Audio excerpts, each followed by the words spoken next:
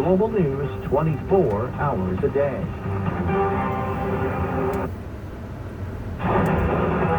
Markets, headlines, and breaking news 24 hours a day at Bloomberg.com, the Bloomberg Business app, and at Bloomberg Quick Take.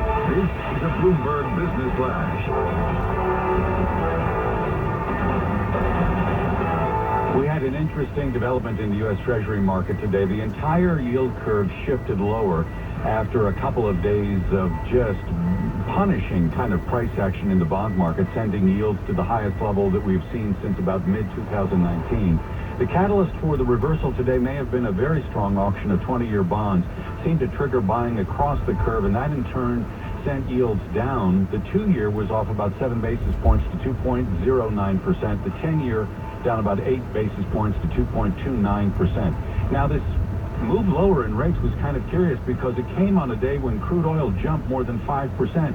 The U.S. and European Union are closing in on a deal to reduce demand for Russian energy. Earlier, some of the top refiners in Japan said they would stop importing Russian crude. Right now, WTI 114.36 in the electronic session. We're down about 0.5%. In the equity trade, we were lower across the board. Dow Industrial Average down about 1.3% today. The S&P 500 weaker by about 1.2%. NASDAQ Comp weaker by 1.3%. ADRs in Tencent were down more than 5% after the company reported slower revenue growth. But even with the weakness in Tencent, the NASDAQ Golden Dragon China Index was up nearly 1.3% today. We do have a stronger dollar as we get set for trading in Asia. A much weaker yen now at 121.11.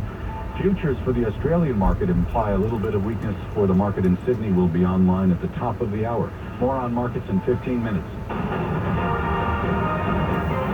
Ed Baxter has global news headlines from the Bloomberg newsroom in San Francisco. Eddie? All right, thank you very much, Doug. As NATO nations prepare to meet tomorrow, it has moved more troops to the borders of Ukraine. NATO Secretary General Jens Stoltenberg is warning Russia against making threats that could escalate the war. This as U.S. President Joe Biden arrives in Brussels with a new packet of sanctions ready for Russia. Tomorrow, NATO and the Group of Seven and the EU meet. Searchers have found the voice recorder of the China Eastern plane that crashed. Hong Kong may yet mass test residents. Chief Executive Carrie Lam says as all cases fall, the city would like to identify remaining cases. South Korean government's having a terrible time. Asked crematories to increase their capacity and and funeral homes to secure more refrigerators. On the 2-year anniversary of the lockdown in the UK, Omicron BA2 variant cases have risen anew, and Dr. Anthony Fauci says a second booster is on the way with the filing of Pfizer and Moderna papers. In San Francisco, I'm Ed Baxter. This is Bloomberg. All right, Rich. All right, indeed. Let's get back to our guest for this half hour to get views on the markets, the economy, and beyond. We're still with Rebecca Felton, Senior Market Strategist at Riverfront Investment Group. Rebecca, it's quite something, but the word recession keeps on coming up. What chance do you put at the United States going into a recession now? Well, it has certainly sort of been a steady drumbeat, getting louder and louder.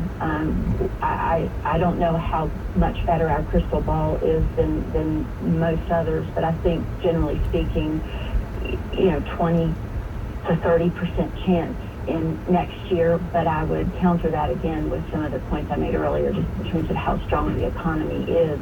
There's a powerful engine driving this recovery, and we're still of the mindset that the recession is not looming.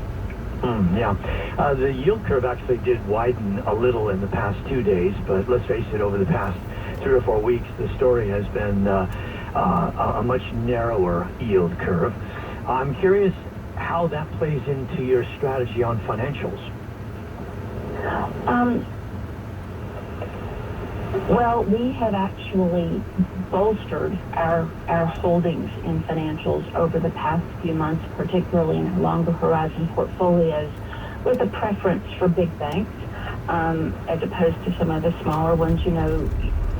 You've got bank loans continuing to grow, and you've also got rates working in their favor as we move through this year. So there are a lot of positives, we believe, ahead for the sector, and so we've bolstered our position there. Oh, I thought you'd reduce your exposure to financials, Rebecca. Now, in the longer horizon portfolios, we have shifted towards large cap U.S. banks. Let's talk a little bit about China. I'm not sure how aggressive you've been there. You know, it's a place where stocks fell quite dramatically, particularly Chinese companies listed in Hong Kong. Do you see much interest there, or would you rather be cautious? We have remained underweight emerging markets for some time simply because of all of the unanswered questions that you have. Obviously, the central bank there has lowered the reserve requirements, and there is some, premise that would spur growth. But you have on the other side worries about regulatory crackdowns, and of course now you've got the thought about the delisting here as it relates to the accounting differences. So we have decided there are too many questions that are unanswered, and we are best to leave that underweight at this